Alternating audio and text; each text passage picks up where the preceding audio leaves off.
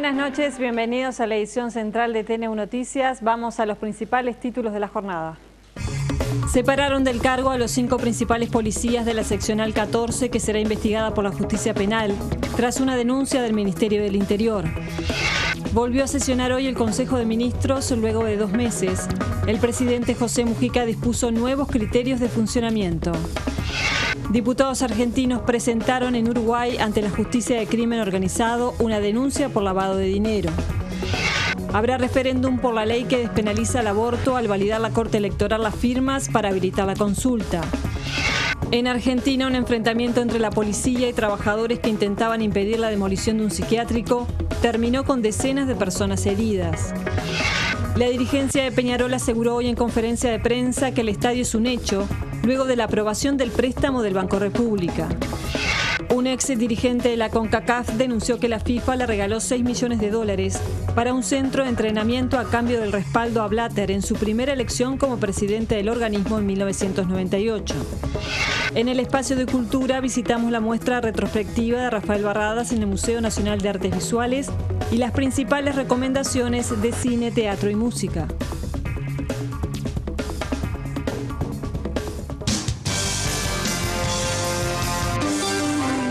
El Consejo de Ministros volvió a reunirse hoy luego de 2 meses sin sesionar. Recordemos que en la última reunión se generaron diferencias entre algunos ministros y el presidente José Mujica decidió dejar en suspenso los encuentros colectivos hasta hoy. Durante estos 2 meses el presidente convocó a los ministros pero por separado. Según pudo saber TNU Noticias en la sesión de hoy por orden del presidente, los ministros se reunieron sin celulares en sala. No estuvieron presentes el secretario de Economía y Finanzas, Fernando Lorenzo, quien está de licencia, y el de Trabajo, Eduardo Brenta, quien se recupera de un accidente de tránsito. Mujica ordenó que solo 6 ministerios expusieran y así lo hicieron los jerarcas de Economía, Interior, Defensa, Relaciones Exteriores, Educación e Industria. Como el ministro de Economía no participó del encuentro, el proyecto de ley de rendición de cuentas que debe presentar el Poder Ejecutivo en 2 meses no fue discutido. Y uno de los asuntos centrales en esa conferencia de prensa posterior al Consejo de Ministros tiene que ver con el Ministerio del Interior. La cúpula de la seccional 14 de Carrasco fue separada de su cargo. La decisión del Ministerio del Interior obedece a graves irregularidades en el servicio, según la denuncia de la Secretaría de Estado, que también presentó denuncia penal ante crimen organizado. Nosotros hemos recibido quejas muchas veces de gente, vecinos, que van a hacer una denuncia y en la seccional se les dice no podemos intervenir porque no tenemos vehículos. Nosotros hemos aclarado muchas veces que esa no es la respuesta adecuada. Primero, porque tienen vehículos, y segundo, y sobre todo, porque cuando hay una emergencia en curso hay que avisarle al 911 que puede derivar el vehículo que esté más cerca. Nosotros sabemos de otras sesionales donde se ha dado esa respuesta, porque nos lo han denunciado. Bueno, vamos a seguir tomando la misma actitud. El presidente José Mujica viajará a China y España el próximo mes. El canciller Luis Almagro dio detalles de este viaje.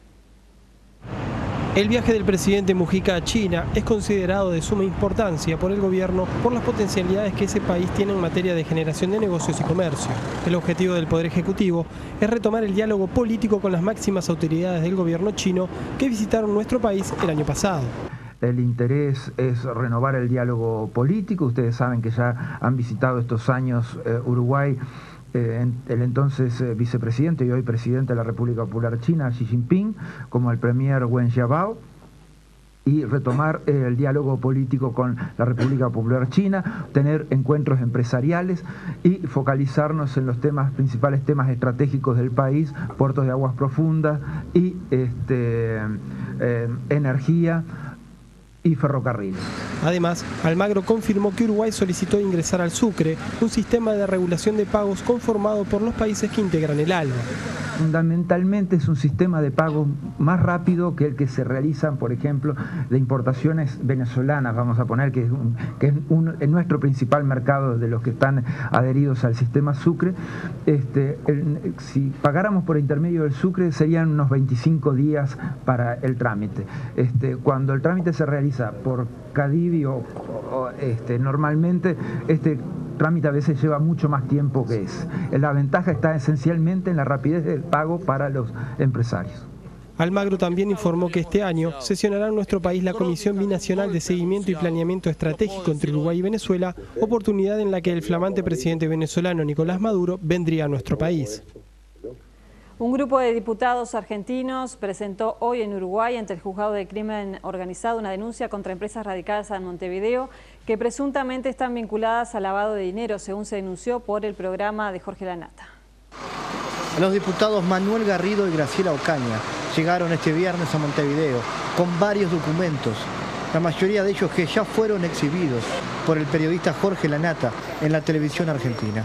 Acompañamos información que obtuvimos de bases de datos privadas y públicas vinculadas a las sociedades, y también acompañamos una presentación que habíamos hecho la semana pasada ante los juzgados argentinos, vinculada también con otra información que tiene alguna mención de sociedades con domicilio en el Uruguay. Según los legisladores, antes de la investigación televisiva no había información concreta sobre la conexión de estas empresas con el empresario argentino Lázaro Báez y el lavado de dinero. El problema con este tipo de operaciones delictivas es siempre la detección, porque se llevan a cabo en un marco de ocultamiento y bueno, lo que suele ocurrir es que se revelan o bien por algún arrepentido o bien por alguna investigación periodística y bueno, lo que ha ocurrido en este caso se dio a través de una investigación periodística. El caso está ahora en manos de la jueza Adriana de los Santos, que deberá investigar el material aportado por este grupo de legisladores. Varias de estas denuncias involucran a empresas financieras radicadas en el Uruguay. Los denunciantes pidieron a la jueza algunas medidas mientras continúa la investigación. Nosotros hemos pedido algunas medidas que tienen que ver con el bloqueo de las cuentas de esas sociedades, si las hubiera en el sistema financiero uruguayo, cosa que no nos consta porque por supuesto es información que nosotros no podemos acceder. Y también que se investiguen los vuelos que ligan a una matrícula de avión con Buenos Aires y aeropuerto de Montevideo y el aeropuerto de Punta del Este. La jueza penal Gabriela Merialdo continuará con la investigación de la muerte de Cecilia Fontana de Heber ocurrida en 1978. Merialdo considera que el caso no prescribió. La jueza penal Gabriela Merialdo solicitará documentos desclasificados a Estados Unidos que informan sobre el asesinato de Cecilia Fontana de Heber, perpetrado hace casi 35 años, al tiempo que va a solicitar documentación sobre el caso que el Ministerio del Interior aún no envió. A fines de agosto del año 78, los dirigentes blancos Luis Alberto Lacalle, Carlos Julio Pereira y Mario Heber recibieron botellas de vino acompañadas por una tarjeta. Todavía no se pudo identificar a la persona que la escribió. Cecilia Fontana de Heber abrió una de las botellas el 5 de septiembre de ese año y falleció. La jueza Merialdo tiene 10 causas vinculadas a los derechos humanos. Según pudo conocer TNU Noticias, ninguno de los casos será archivado por la magistrada porque Merialdo sostiene que la sentencia Hellman debe aplicarse a todos los casos de violaciones a los derechos humanos porque son delitos de lesa humanidad que no prescriben. Desde la Corte Electoral se informó que ya se validaron las firmas necesarias para convocar a una primera consulta popular con el objetivo de derogar la ley que despenaliza el aborto en las primeras 12 semanas de gestación. Se superaron ya más de 52.000 adhesiones necesarias para comenzar el proceso que hará efectivo el referéndum. En total, se habían entregado más de 65.000 firmas. La Corte Electoral tiene un plazo ahora de 45 días para llamar a una primera instancia de votación sin obligación de participación. Uno de los responsables de la campaña, Pablo Abdala, recordó cómo continúa ahora este proceso. Es una instancia con visos de elección, ¿verdad? Con plan circuital, con locales de votación, con urnas y la ciudadanía voluntariamente allí debe comparecer en un número no inferior al 25% del padrón para ratificar la adhesión al recurso de referéndum que, cumplida esa segunda etapa, se realizaría 120 días después a esa misma instancia, o sea, hacia fines del mes de octubre, de acuerdo a lo que pauta la ley. La presidenta del Frente Amplio, Mónica Xavier, presentó su renuncia al Senado tras no lograr los consensos necesarios para continuar desarrollando la doble tarea. La renuncia sería votada en la primera sesión ordinaria del mes de mayo. A través de un comunicado, Xavier dijo: hoy debo tomar una decisión difícil, como lo es renunciar a completar el periodo parlamentario para el que fui electa. Créanme que la misma fue muy meditada, pero en mi condición de presidenta del Frente Amplio no hay otra decisión posible que acatar lo resuelto por el Plenario Nacional el 17 de marzo de 2012. A todos los que hicieron múltiples esfuerzos para encontrar un consenso frente amplista. Salud Pública ampliará la atención en la zona del Cerro. La cobertura estará enfocada en mejorar el acceso a madres y niños pequeños. Estos servicios estarán a cargo del Banco de Previsión Social.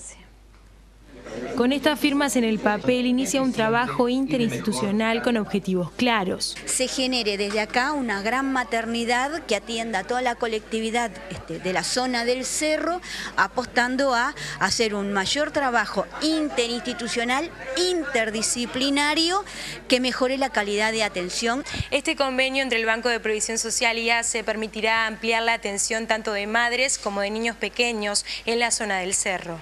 En prestaciones odontológicas, no solo de promoción, prevención, sino de tratamientos de ortopedia, en odontología, de atención pediátrica. Va a haber un fortalecimiento de las consultas de pediatría, más de 200 turnos por semana. Se van a ampliar en esta integración entre el Centro de Salud del Cerro de ACE y este lugar aquí. Y atenciones a la mujer, la realización de colposcopía también en este centro. La atención a la primera infancia está prevista en el trabajo conjunto. Una especial focalización en la atención de los niños de la zona captados por el Plan Uruguay Crece Contigo, que apuesta a generar una mejor condición para los niños menores de 4 años. Más de 1.500 personas se atienden en este centro del BPS en el Cerro. Con este acuerdo la idea es que se amplíe la cobertura. Se espera la firma de convenios similares en el barrio Sayago. Los trabajadores y la dirección del Hospital de Clínicas firmaron una solicitud de aumento salarial cercana al 60% para las remuneraciones más sumergidas. Esto deberá ser aprobado por la Universidad de la República. Luego de un día de ocupación y paro en el Hospital de Clínicas, sus trabajadores lograron que la dirección del centro accediera a la firma de una solicitud de aumento salarial que será remitida a las autoridades de la Universidad de la República y luego debería ser refrendada por el Parlamento en la próxima rendición de cuentas. Nuestro reclamo de llegar a la media canasta familiar como salario de ingreso fue atendida finalmente ayer por la dirección de este Hospital de Clínicas y hoy vamos al Ministerio de Trabajo a firmar un acuerdo al respecto. Para los trabajadores de la universidad significaría cerca de un 60% porque los salarios de los trabajadores de la universidad están muy sumergidos y en el caso de los trabajadores del Hospital de Clínicas ganamos la mitad que cualquier otro trabajador de la salud, tanto sea en la salud pública como privada. Mientras el aumento no se concrete, los trabajadores advierten que seguirán movilizados. Tenemos en este momento un apoyo muy importante por parte de los trabajadores y a medida que vayamos a las distintas instancias movilizaremos, avisaremos a la población cuando hay alguna forma que se debilite la atención, siempre tomando en cuenta que los usuarios del Hospital de Clínicas van a tener la atención en urgencias y emergencias, que como siempre es usual en nuestras medidas. La Unión de Trabajadores del Hospital de Clínicas entiende que si se otorga este aumento salarial, la atención al público mejorará sustancialmente porque, entre otras cosas, se evitará la fuga de personal capacitado para el sistema privado de salud.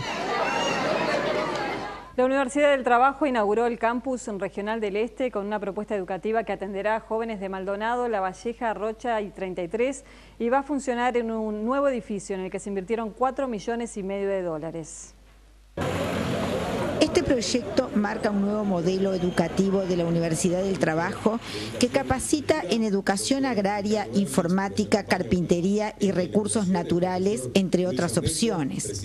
Este espacio claramente ya estaba por desprenderse, digamos, de la ANEP, de su usufructo cuando llegamos en el 2005 con un trabajo en conjunto con la comunidad. Bueno, logramos retenerlo, levantar el lugar y bueno, y hoy estar inaugurando este hermoso edificio de más de 4.500 metros cuadrados con una disposición pensada para un modelo de educación, con amplios laboratorios, con lugares de estudio, pero también con lugares de análisis, reflexión y discusión acerca de distintos temas, tanto para estudiantes como para docentes. La idea es que directores de la región trabajen en forma conjunta. Y a partir de acá se van a encontrar los directores y distintos funcionarios de esta región para poder pensar juntos en proyectos de centro, pero vinculados claramente a que eso impacte en el desarrollo del territorio, ¿no? Se apunta a una matrícula de 1000 alumnos en un futuro. Hoy estamos hablando que esta escuela tiene más de 250 estudiantes, pero también están iniciando cursos donde este año tal vez se generó el primer año. Tiene un internado para 100 personas, que va a tener un uso estudiantil en la semana y un uso docente los fines de semana para distintos encuentros.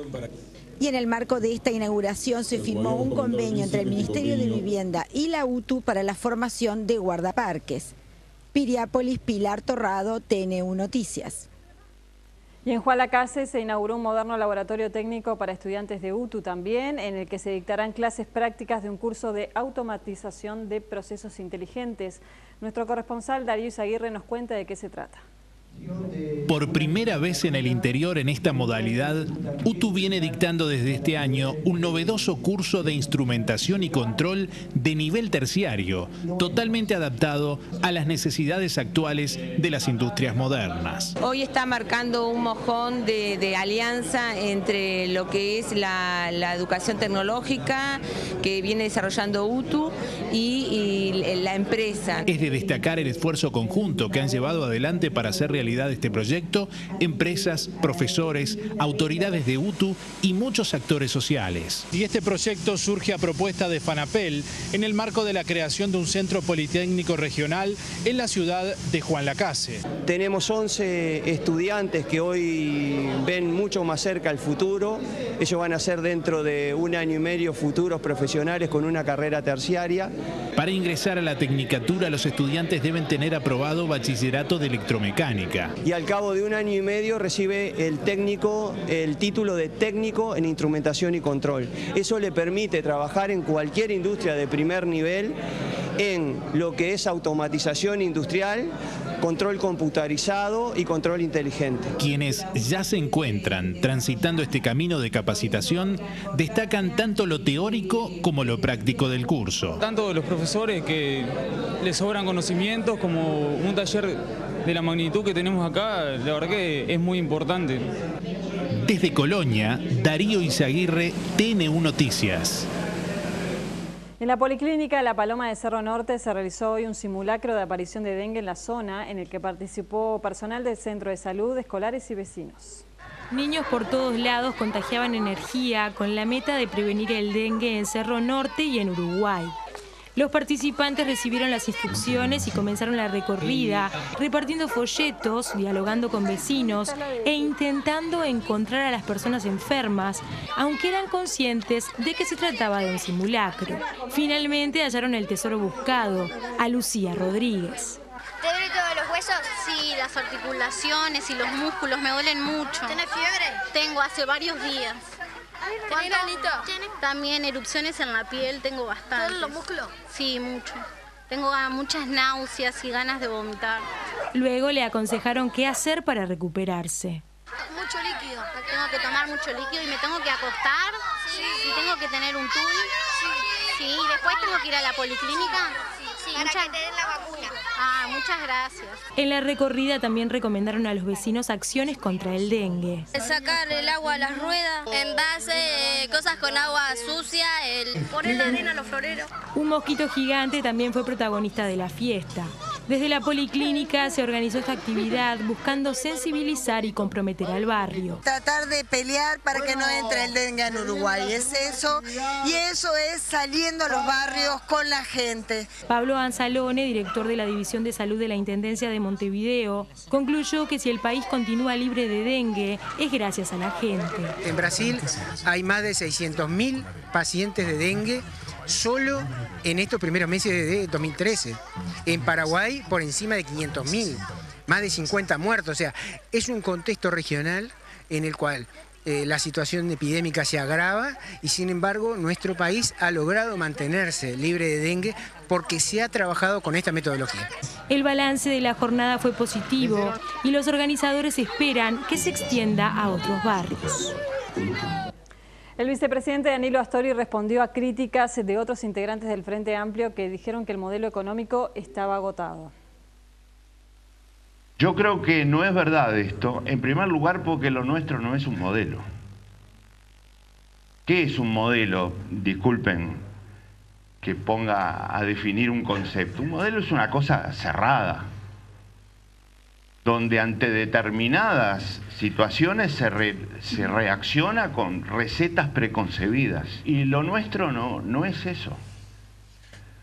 Lo nuestro es la aplicación de un programa de gobierno. Yo creo que hay una razón fundamental que a veces nos conduce a perder de vista aspectos fundamentales del debate, y es no saber valorar los resultados que hemos alcanzado. Y que algunos compañeros a veces parecen ignorar por completo. Como si esos resultados no contaran o no estuvieran demostrando que hay que seguir por esta orientación. Uno de los dirigentes frente amplistas que cuestionó el modelo económico y dijo que estaba agotado es el ministro de Desarrollo, Daniel Olesker, quien hoy relativizó estas diferencias con Astori. No, ya no hablo de esos temas. Yo ya hablé donde correspondía, que es en el Consejo de Ministros y en el Comité Central de mi partido, donde sacamos una resolución sobre eso. Le corresponde al presidente o al secretario general de mi partido hacer las declaraciones. Yo ya no hablo de eso. ¿Qué temas se hablaron en el Consejo de Ministros? ¿Tocó el tema de economía, las diferencias que hay desde el punto de vista económico? No, porque no hay diferencia desde el punto de vista económico. Hay distintas miradas de cómo encarar determinados problemas y se discuten como en cualquier organismo. Parecería ser que hemos transformado esto en un teleteatro, y la verdad, por lo menos en mi caso, que me toca desarrollar políticas sociales, que me toca desarrollar particularmente la prioridad que el gobierno ha definido para los próximos 18 meses en políticas sociales del área metropolitana del país, que es donde se concentra el 70% de la pobreza extrema, que es el llamado Plan 7 Zonas. Hay una unanimidad y un respaldo total del gobierno a ese. El Parlamento votará en pocas semanas el nuevo estatuto del funcionario público. Los representantes de los trabajadores del Estado agrupados en COFE pretenden introducirle varias modificaciones a este proyecto de ley. El tema de la licencia maternal tiene que ver con que remarcar el aspecto de la negociación colectiva que debe darse a la hora de estudiar el tema salarial, tiene que ver también con aspectos de la carrera administrativa y tiene que ver fundamentalmente con la regularización de un grupo muy importante de trabajadores de Estado que hoy por hoy están siendo precarizados en sus relaciones contractuales. Hay una flexibilidad importante y nos gustaría que estos compañeros fueran regularizados e incorporados a la plantilla del Estado. Estos son los 4 elementos que nosotros pusimos sobre la mesa. Descontamos que esta comisión, con todos los sectores políticos, atienda a nuestro petitorio, sea dar justicia y otros aspectos más pequeños que hacen algunas críticas al proyecto, pero que en lo medular no complican la situación. El texto del proyecto de ley que regula los servicios de comunicación audiovisual será presentado al presidente Mujica la próxima semana. Para desarrollar áreas claves para la innovación como son las telecomunicaciones y los servicios de valor agregado, entendemos que tenemos que seguir avanzando como está previsto en el plan presentado por el Poder Ejecutivo para este periodo, en la actualización de la normativa, justamente que responda a los avances tecnológicos e incentive la incorporación de nuevas tecnologías en el país y al mismo tiempo actualice la regulación. En ese sentido, pensamos, así estamos trabajando con el ministro Kramerman y con la Dirección de Telecomunicaciones, con Dinatel, en culminar los trabajos que se han hecho además en coordinación con el Ministerio de Cohesión y Cultura y conjuntamente con Presidencia, poder presentarle al Presidente de la República la próxima semana el texto a su consideración, ¿verdad?, para poder renovar la legislación de los servicios de comunicación audiovisual. Estamos terminando los trabajos de elaboración de la ley. Se realizó hoy la presentación de los premios Nova 2013. Estos destacan las iniciativas innovadoras de todas las empresas radicadas en el país en 8 categorías. El objetivo del Premio Nova es distinguir iniciativas innovadoras que puedan mostrar resultados o impactos concretos en diferentes categorías: innovación en producto o servicio, innovación en proceso, innovación en comercialización e innovación en organización.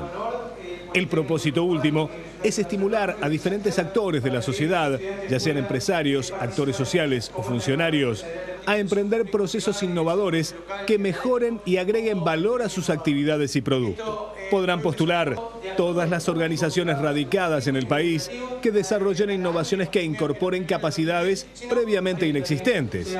Las mismas podrán ser organizaciones sin fines de lucro, empresas, micro, pequeñas, medianas o grandes, o instituciones públicas. Está claro de que el Uruguay necesita competir por excelencia.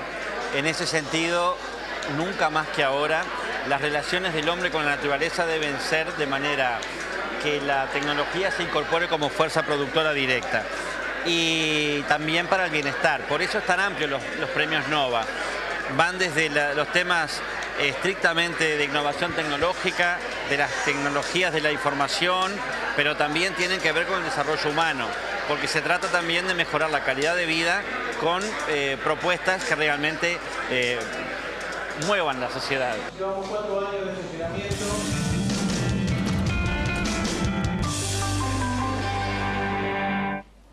El gobierno planea una inversión millonaria para desarrollar la energía solar, así lo informó el ministro de Industria, Roberto Kreimerman. Mediante concurso de licitación para los que deseen instalar parques pequeños, en un caso hasta 1 megavatios, en otro caso hasta 5 megavatios. Y con un precio fijado de antemano para aquellos que deseen instalar parques, paneles solares de tamaño más importante, de 30 a 50 megavatios. El total del decreto prevé la instalación de 200 megavatios que se suman entonces a nuestra matriz energética, la diversifican e implican inversiones que dependerá lógicamente de cómo termine el programa, de aquí a un año poquito, del orden de 400 millones de dólares. En Argentina, el dólar en el mercado paralelo profundizó su tendencia al alza esta semana. Ampliamos esta y otras noticias económicas. El dólar paralelo en Argentina cerró la semana sin detener su escalada alcista y culminó en el entorno de 9 pesos con 34 para la venta. En tanto, el dólar oficial cotiza a 5,18 en casas de cambio y bancos, por lo que la brecha cambiaria es del 80% entre ambos precios. El dólar paralelo avanzó 13% en tan solo un mes, en un mercado de poca actividad, según el portal Infobae, debido a la escasez de billetes físicos y a los temores de inspecciones de agentes fiscales. Los agentes de la plaza informal dijeron a ese medio que la demanda es sostenida tanto por pequeños ahorristas como por inversores más grandes. Hundida en una recesión histórica, la crisis se prolonga en España, que se ha visto forzada a revisar sus proyecciones económicas y a admitir que necesitará 2 años más para sanear sus finanzas, para lo que cuenta con el visto bueno de la Unión Europea. Las previsiones, recogidas en el Programa de Estabilidad 2013-2016, se conocen en el marco de un gran malestar social por el desempleo que alcanzó un récord de 27% y en el marco de protestas, algunas de ellas violentas, que piden la salida del gobierno de Mariano Rajoy. En la presentación de las cifras y proyecciones, la vicepresidenta y portavoz Soraya Sáenz aclaró que no se van a subir los grandes impuestos en referencia a los tributos a la renta y el valor agregado. El crecimiento económico de Estados Unidos en el primer trimestre de este año fue de 2,5%, según datos del Departamento de Comercio. De todos modos, el incremento del primer trimestre no alcanzó las previsiones de los economistas, que esperaban un alza de 3% en el Producto Interno Bruto. La actividad entre enero y marzo se benefició del gasto de los consumidores y las exportaciones. Y tras este dato de crecimiento de la actividad económica de Estados Unidos en el primer trimestre, Wall Street cerró con resultados mixtos. El índice industrial Dow Jones subió 0,08% y el Nasdaq cayó 0,33%. La información económica la aporta el Instituto Uruguay 21. Vemos ahora la cotización de las monedas en el mercado de cambios. La cotización de la moneda es una presentación del Banco República, el banco del año.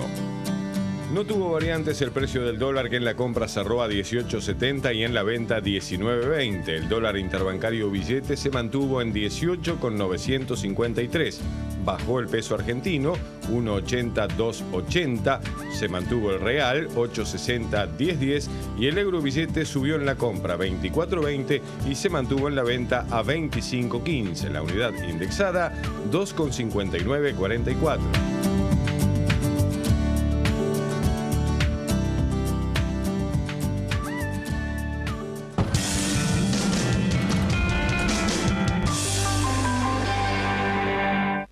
Este programa es presentado por Antel. Usa giros de bits, que te permite enviar y recibir dinero estés donde estés.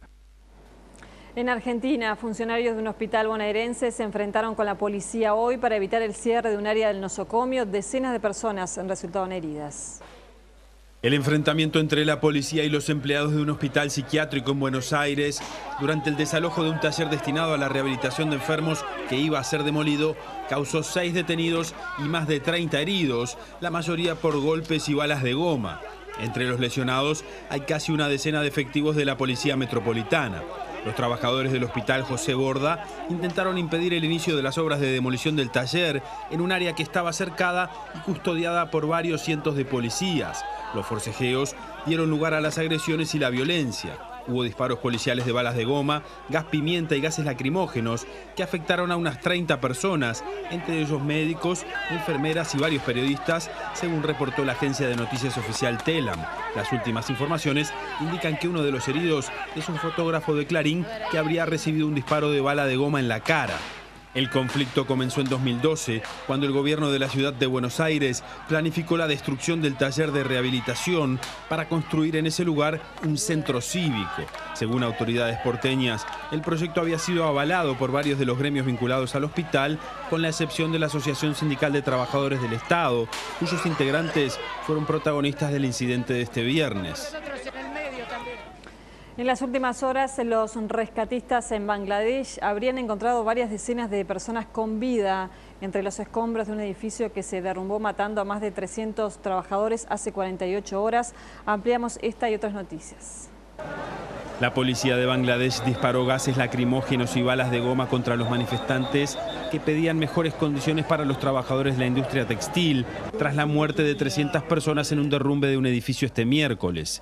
Las multitudes destruyeron vehículos e incendiaron edificios en los alrededores de la capital Dhaka. Los manifestantes exigieron la detención de los dueños de las fábricas de ropa en el edificio, que instó a sus empleados a seguir trabajando, a pesar de las advertencias de que la estructura era poco fiable. Los equipos de rescate todavía están excavando entre los escombros en busca de cientos de personas que siguen desaparecidas. Corea del Norte rechazó la oferta formal de diálogo propuesta por Corea del Sur para resolver el bloqueo del complejo industrial conjunto de Kaesong.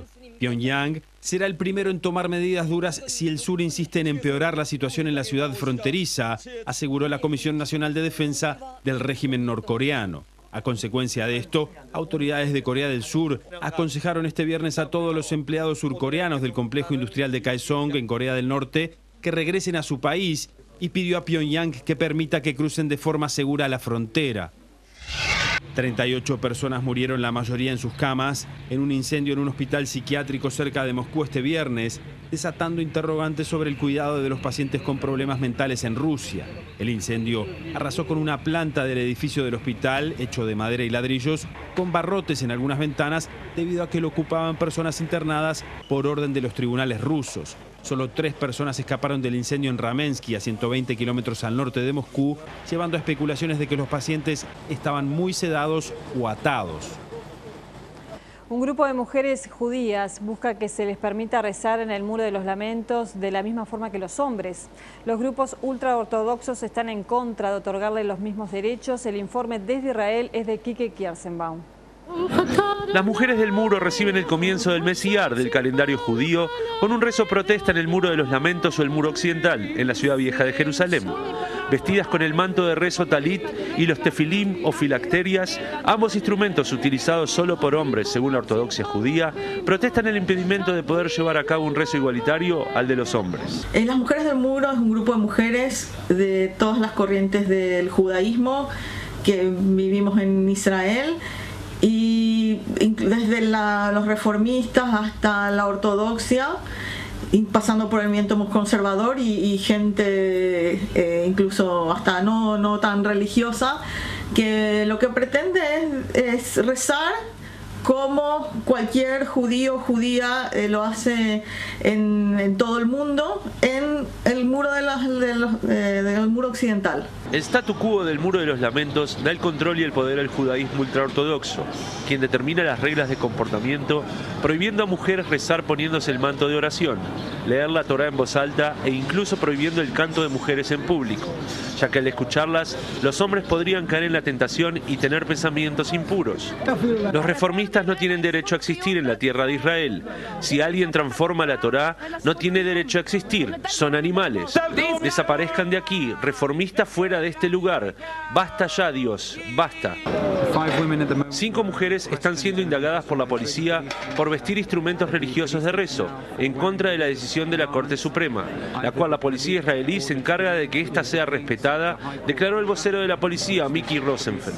Llegar hasta aquí y ver que estás rezando de la manera en que estás acostumbrado, que te enseñaron, que es la que te llevó hasta este momento, y por eso ser detenido, o sea, que la policía que te tiene que proteger, la policía que son tus hermanos, es una desilusión muy grande, es una desilusión, es un dolor. El primer ministro israelí Benjamín Netanyahu ha aceptado la propuesta del presidente de la agencia judía Natan Sharansky para solucionar el problema de los rezos en el muro, según la cual se creará un nuevo lugar en el que puedan rezar juntas mujeres y hombres en forma igualitaria. Hasta que el plan no sea implementado, las mujeres del muro seguirán desafiando la ley que no les permite rezar en forma igualitaria en el lugar más sagrado para la religión judía, el Muro de los Lamentos.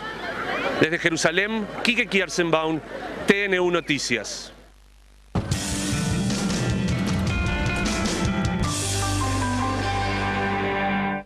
Buenas noches para todos. En septiembre del año pasado fue la presentación oficial del estadio de Peñarol, pero como es el estadio que tiene más prensa en el mundo, esta semana volvió a ser tema. El estadio y en este caso el préstamo del Banco República, los 20 millones. Estuvimos ahí frases con las cuales terminó la conferencia del presidente Damiani, como que ya está lo del estadio, como que va a salir y como que están en el final del camino. Este fue el momento de la conferencia de prensa. Estamos en el final del camino, dijo el presidente Juan Pedro Damiani cuando se refirió al sueño del estadio. Explicó el momento de la negociación con el BROU. Ha aprobado los lineamientos sobre el préstamo para construir el estadio de Peñarol en cuanto a su monto y en cuanto a su plazo. Textualmente lo que dice el banco. El directorio del Banco República estableció las condiciones en que estaría dispuesto a financiar el estadio del Club Atlético Peñarol. Así, confirmada la luz verde de la aprobación del banco, consideran. Estamos, diría que, para empezar a construirlo, ya que el monto y el plazo eran muy importantes para Peñarol. Peñarol todavía no quiere dar detalles de la garantía, la cual seguirá discutiendo internamente. La recaudación de las entradas, el dinero percibido por derechos de televisión, ¿puede andar por ahí? Puede ser. Sin tener fecha de inicio de obra. ¿Cuándo? No. Está todo bien, pero ¿cuándo? No le puedo decir. Hablaron del tiempo y de la construcción. Y es una obra que va a llevar 14 meses, es una obra de hormigón, una parte de hormigón armado y otra parte de hormigón pretensado. No me quiero extender en temas muy técnicos. Va a ser un estadio, como ustedes saben, está proyectado para 40.000 espectadores en esta primera etapa. Además, el presidente de Peñarol, Juan Pedro Damiani, ironizó sobre las versiones que aseguraban que se había cancelado la idea, la obra, el lugar. Nos robaron los carteles 4 veces, dijo el presidente, que además dijo que el tema era complejo, porque Peñarol estaba planificando la construcción de un estadio de élite y no un parrillero. Cuando vos vas a comprar algo, el que vende trata de venderte lo más caro y el que lo compra trata de comprarlo más barato.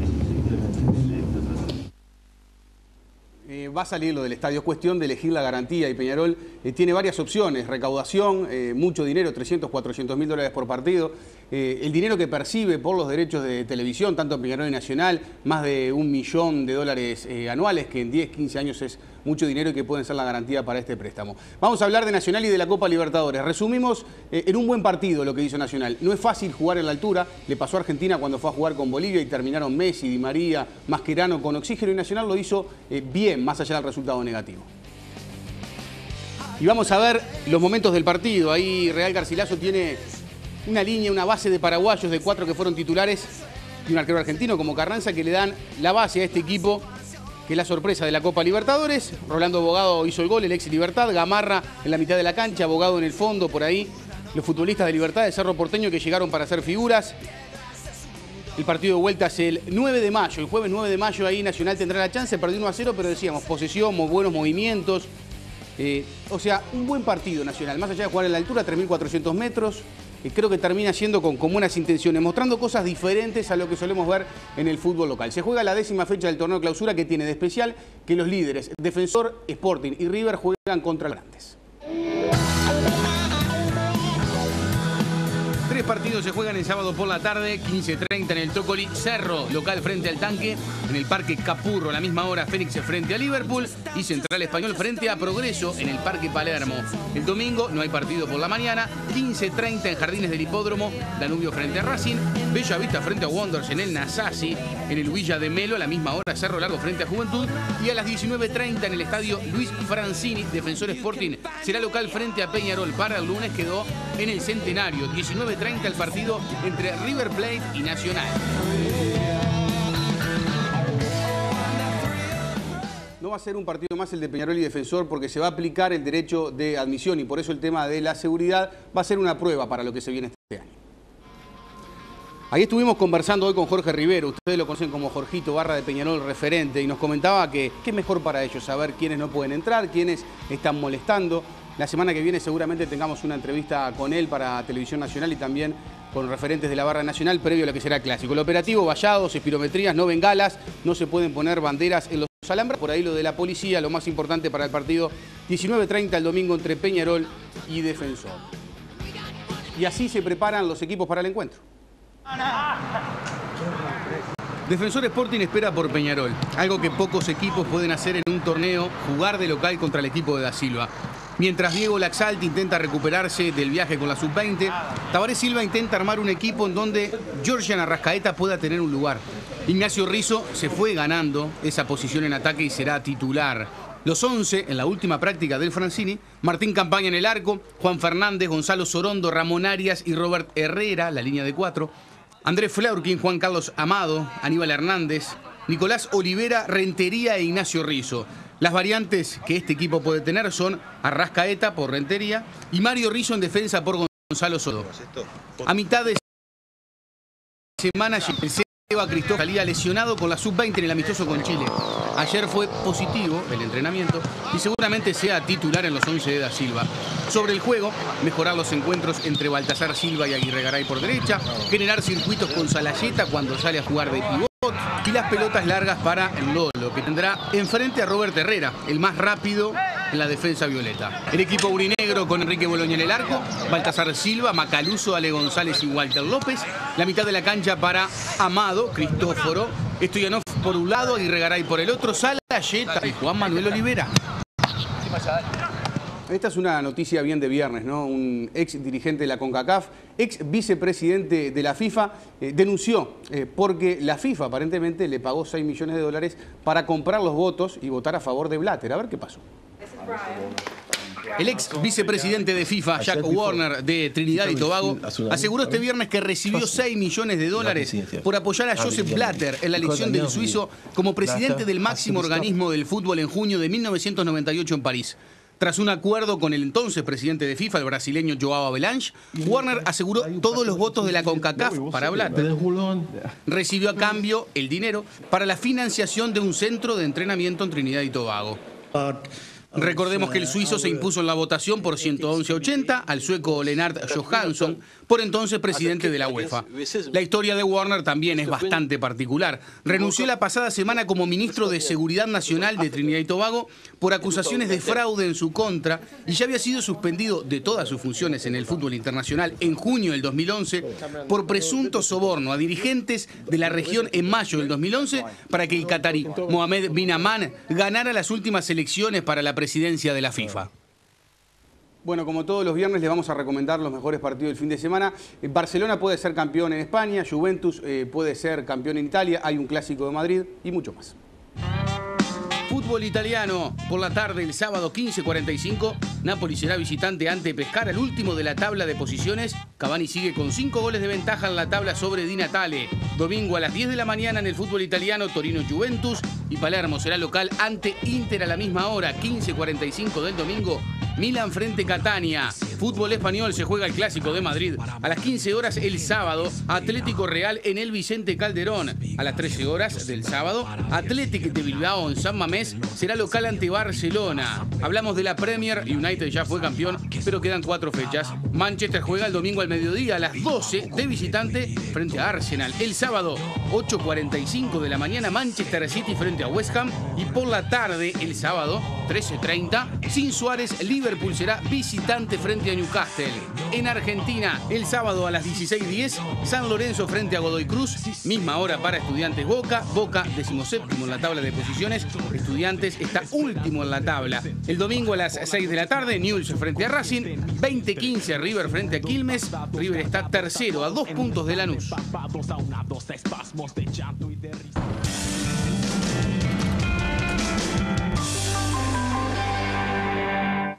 Comenzamos nuestro espacio dedicado a las actividades culturales con el joven cantautor Pedro Restucia, quien se presenta el domingo en Solitario Juan.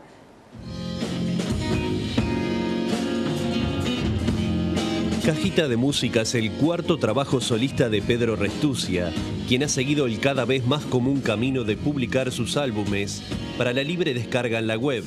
Sin embargo, en los próximos meses estará editando este trabajo en forma disco con el sello Perro Andaluz. Se trata de 22 minutos de música en 8 piezas, que unidas en una sola componen una gran canción, en un trabajo que recorre diferentes sonoridades y temáticas. Acompañado de su banda Los Capicuaces, Pedro Restucia se presenta este domingo a las 22 horas en Solitario Juan, el boliche de Rodó y Frugoni. Será la primera oportunidad de ver y escuchar en vivo este material completo, además de incluir en el repertorio canciones de sus anteriores discos.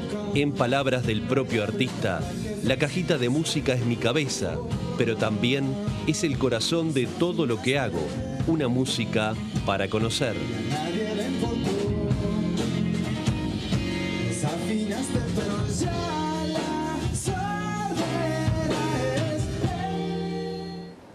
Continúa en cartel la película Posesión Infernal, una mega producción de Hollywood con varios uruguayos en su equipo, incluido el director y co-guionista Federico Álvarez.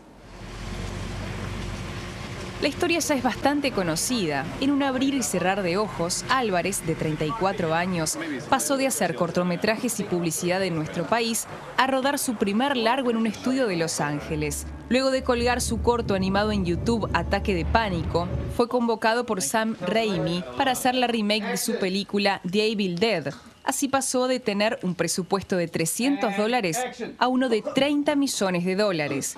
Además del director, hay otros uruguayos que él convocó para armar su equipo: el co-guionista Rodolfo Sayagués y el dibujante del arte conceptual y de los storyboards Santiago Vecino. Concept art, o sea, el arte conceptual, es básicamente trasladar a imágenes lo que sería en principio el guión. Empezamos a tirar ideas de cómo se podría ver, por ejemplo, en este caso, la cabaña, el entorno, los rasgos de los principales de los personajes. Lo otro que hice fueron los storyboards, que es como una forma de narrar, básicamente las escenas que tienen acción, es trasladar a cuadritos, a dibujos, una secuencia de acción. O se imprime y se le da a todo el equipo allá donde se filma, y a los actores, a todos, y se van guiando en eso para ir rodando la película, y no pierden el tiempo de llegar a la locación y no saber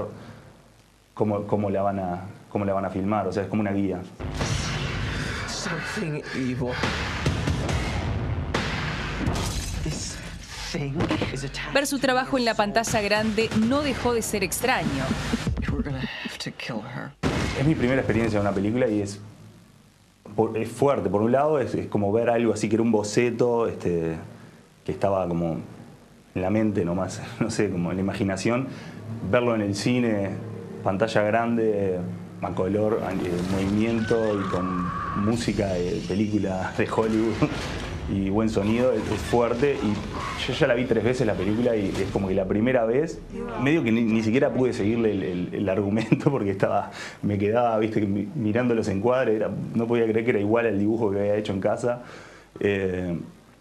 Ya recién la tercera vez pude verlo un poco más objetivamente. A pesar de las estrellas de Hollywood, el trabajo no abandonó la dinámica de un grupo de amigos. Y no era una cosa estricta que nadie estaba diciendo cómo tenía que ser todo. O sea, eran charlas de amigos donde iban surgiendo cosas.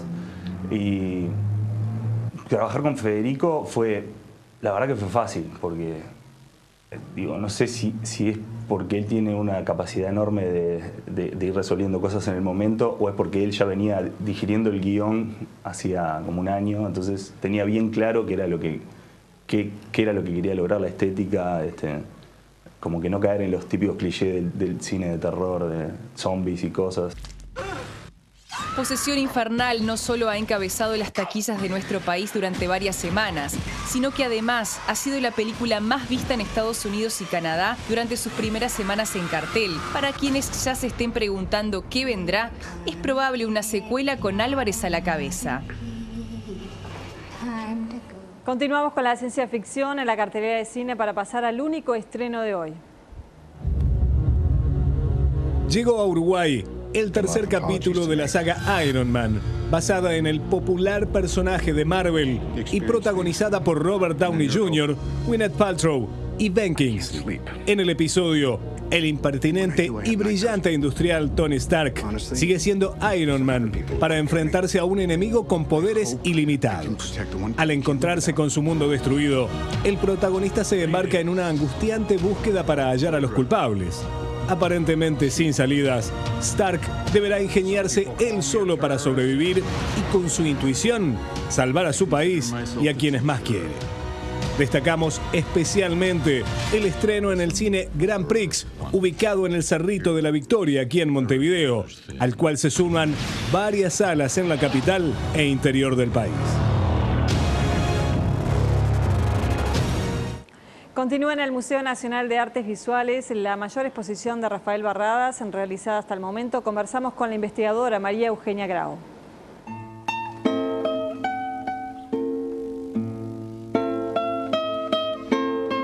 Esta muestra está pensada para que todos podamos tener una aproximación a un Barradas, a un artista multifacético.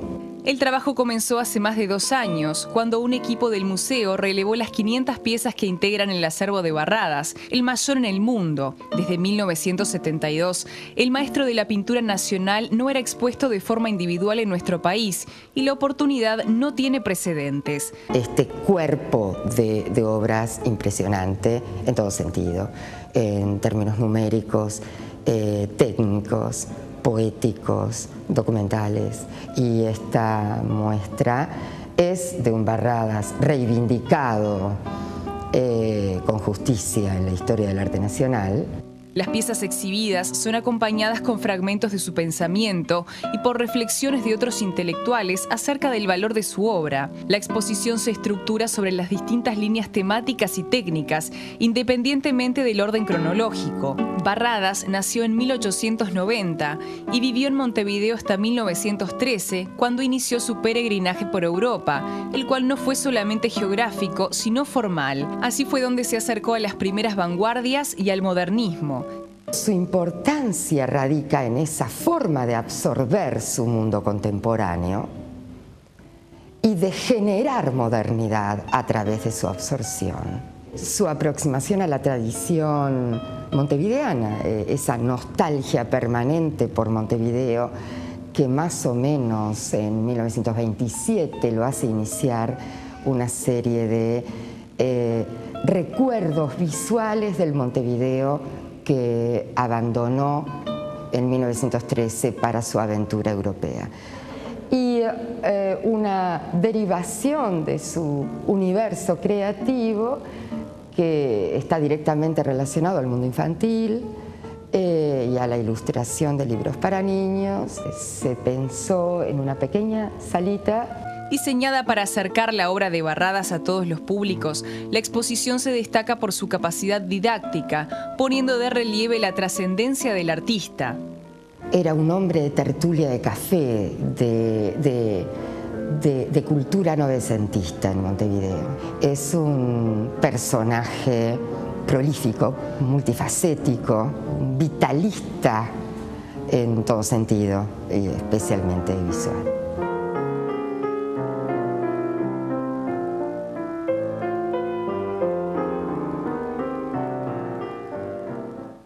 Vemos ahora el pronóstico del tiempo del Nubel Cisneros.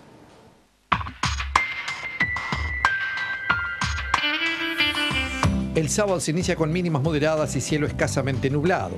Al avanzar el día, las temperaturas ascienden rápidamente, generando una tarde cálida, con gradual aumento de nubosidad de humedad, comenzando a desmejorar hacia la noche por el suroeste litoral, con tormentas y lluvias, por lo que si regresa tarde, no podrá olvidar el paraguas.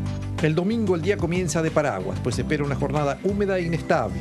Habrá pasaje de abundante nubosidad, persistiendo lluvias y lloviznas aisladas, comenzando a mejorar hacia la tarde por el suroeste con descenso de temperatura, lo que nos hará cambiar el equipo de lluvias por un abrigo adecuado. Sobre el final les recordamos que el lunes comienza la campaña de vacunación contra el virus del papiloma humano. Les recordamos que esa vacuna será gratuita, pero no obligatoria para todas las niñas de 12 años y estará disponible en todos los centros de vacunación del país, tanto públicos como privados. Continúen ustedes ahora en TNU, ya llega Yellowstone. Más información en la edición de medianoche. Tengan ustedes buen fin de semana.